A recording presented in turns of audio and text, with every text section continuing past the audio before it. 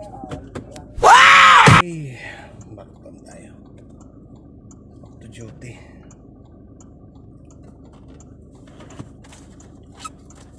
So, dito tayo sa sa OCC meets.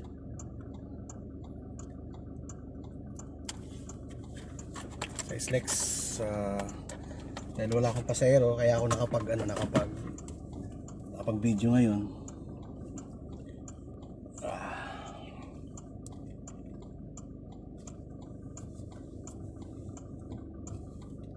Let's go.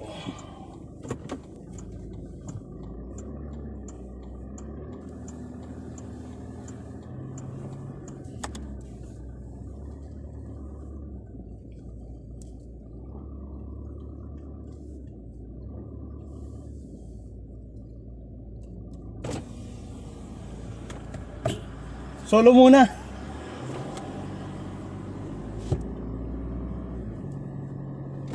So, ayun. Kumusta? So, good afternoon na.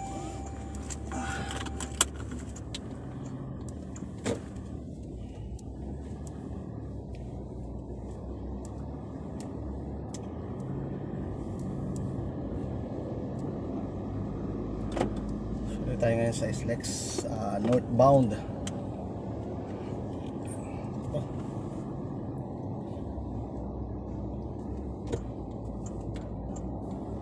Northbound.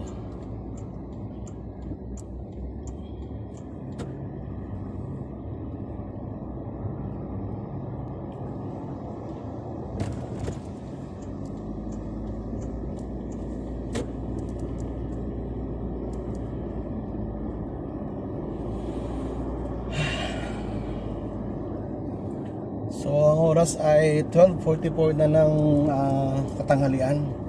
So magkaalauna na. At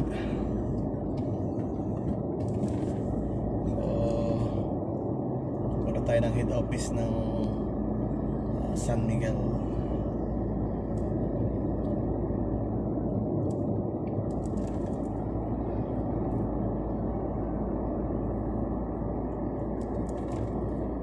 So nauna na yung ating pasahero nandun sa kabilang unit. Tayo magsusulo ngayon. Sulo ngayon tayo dito sa expressway northbound.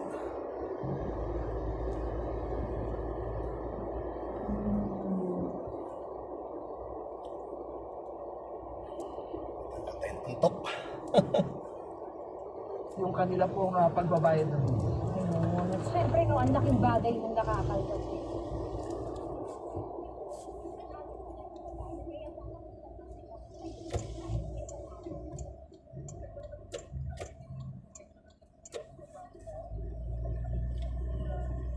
So dahil medyo nagka-traffic ng konti, gawa nga ng widening. So hintay lang tayo mga ka-Slex.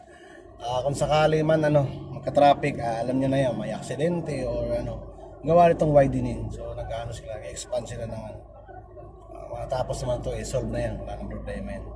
So yung mga gilid-gilid is patapos na. So kaya yung gitna ngayon ay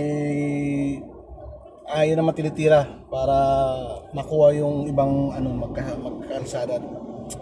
So magiging na one lane na yung niya diyan, barrier, hindi na yung magkabilaan.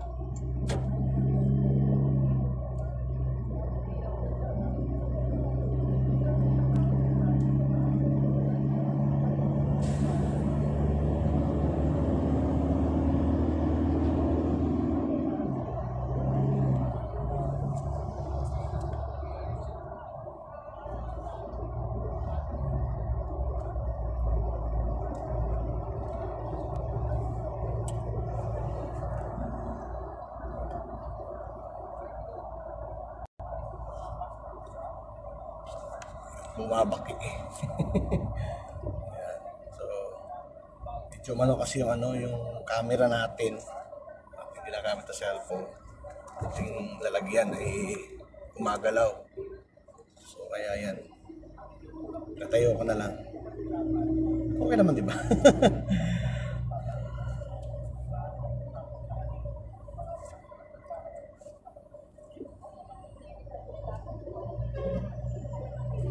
So pansin nyo sa kabila, yan oh, southbound, dito sa may ano yan, may Eton banda, nagta-traffic na. Gawa nung tulay diyan nagti-3 lane. Kaya siyempre giimbudo kasi yan eh. Kaya ganyan yan.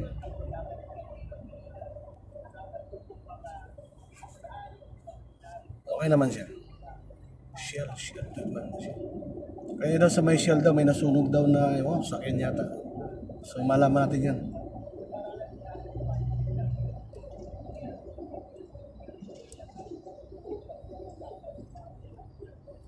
Sana nga mag-record tong ating dual cam para malaman natin kung talagang kukuha siya ng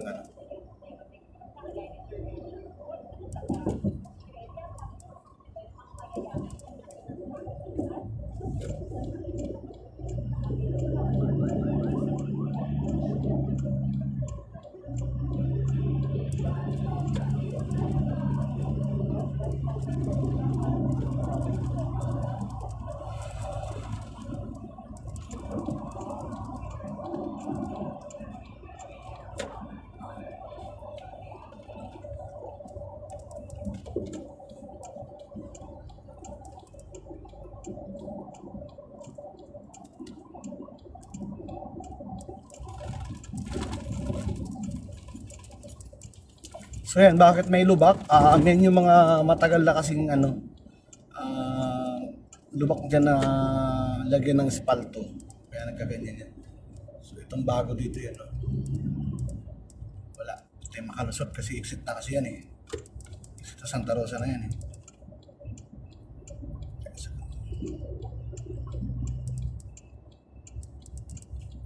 So okay naman, wala namang problema sa traffic.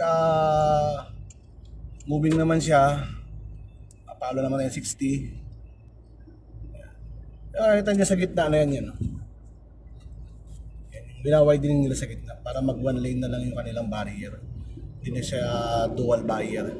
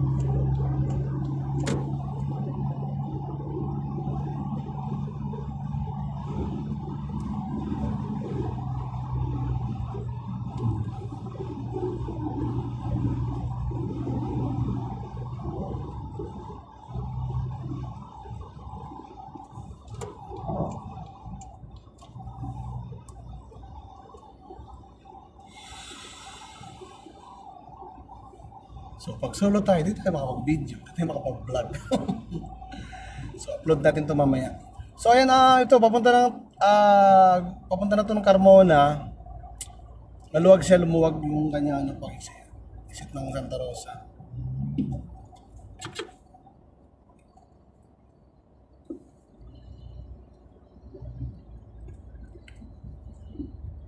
So wala naman yung traffic dito sinasabi na may nasunugan. Ako na nasunog dito sa akin siguro. Kanina pa kasi yun eh. Pero okay naman na.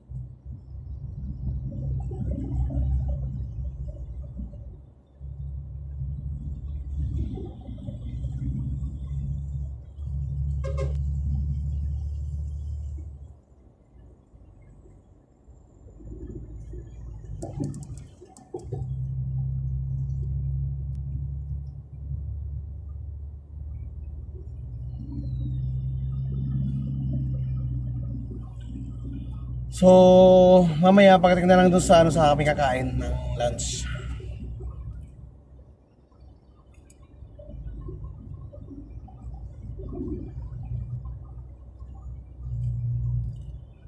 Ito, maluwag siya. O tayo ng 80.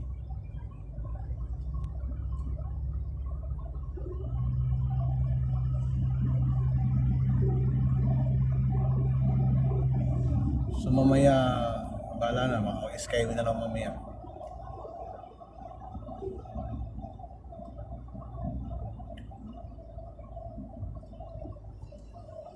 Southwoods na tayo, Southwoods. Okay naman, maluwag. Yung southbound is maluwag din naman.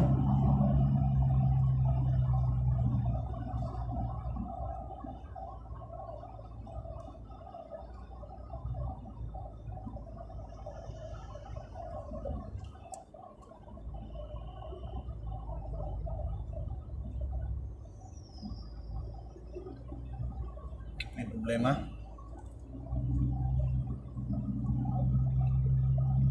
So, nagna-90 na tayo, 90, 100, depende sa ating nasusundan.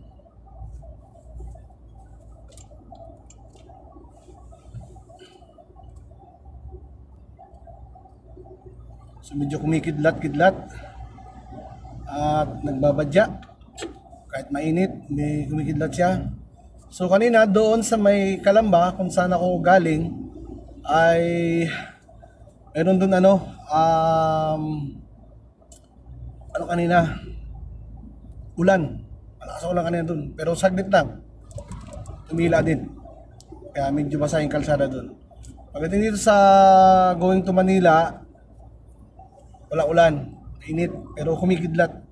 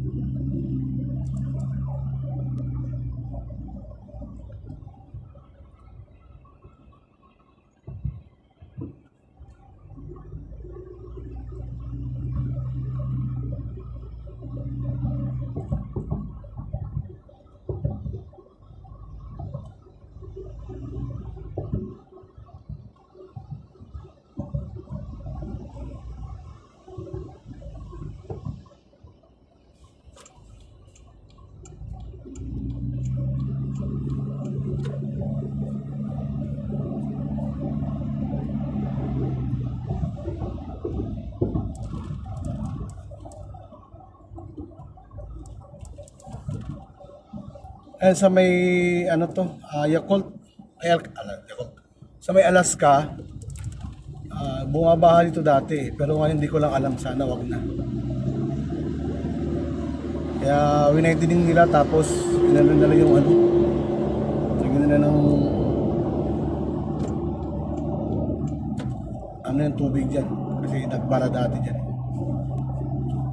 Binatahan daw na sa Alaska, kaya ang napagbintangan yung SLEX, pero pinaayos na SLEX yan.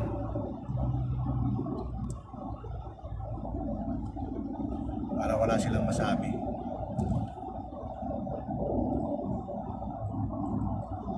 Napansin nyo, pag normal na oras, pag mga itong mga tanghaliang tapat, hindi gaano masyado masakyan eh. Pero pag mga rush hour kasi, mga pumapatak ng mga alas 5 to alas 6, yan, dyan na yung ano talaga, ka-traffic. Kaya sa mga nagagalit na dumadaan dito, pag nagalit kayo, huwag kayo dumaan dito. Kasi yung nanguna, kikiran lang din naman kayo eh. Ay magalit, kami nga din, traffic din kami.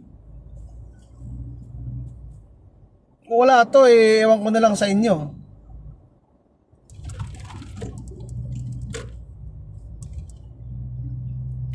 Bisa magaling, magpasalamat na lang kayo dahil nakakapunta kayo sa pupuntahan niyo. Ako sabihin nyo, expressway, matraffic.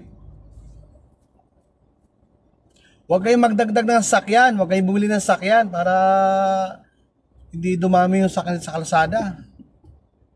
Noon lang yun. Hindi ba kasi dyan, may dumating na bago, bili agad ng 3, 4, 5. O dagdag agad yan. Taon-taon. Kada araw ata, ewan ko lang kung ilan ang lumalabas sa akin. Kaya magreklamo ng ano, traffic.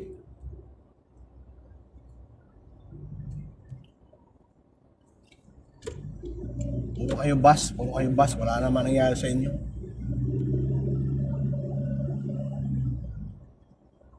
Tumulong na lang kaya kayo ng isip, kung ano yung isipin nyo na pansarili ang iniisip nyo. Try nyo mag-service road galing Alabang hanggang Calamba. Mag-service road kayo ng rush hour, ewan ko lang sa inyo. Baka yung pantog nyo sa ihi, ewan ko na lang. Ano mangyari sa inyo?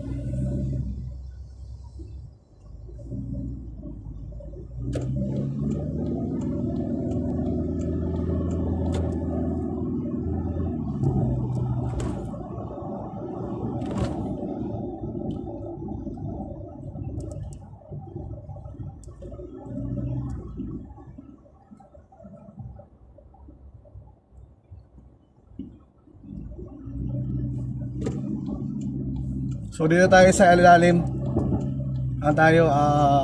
Exit tayo ng C5.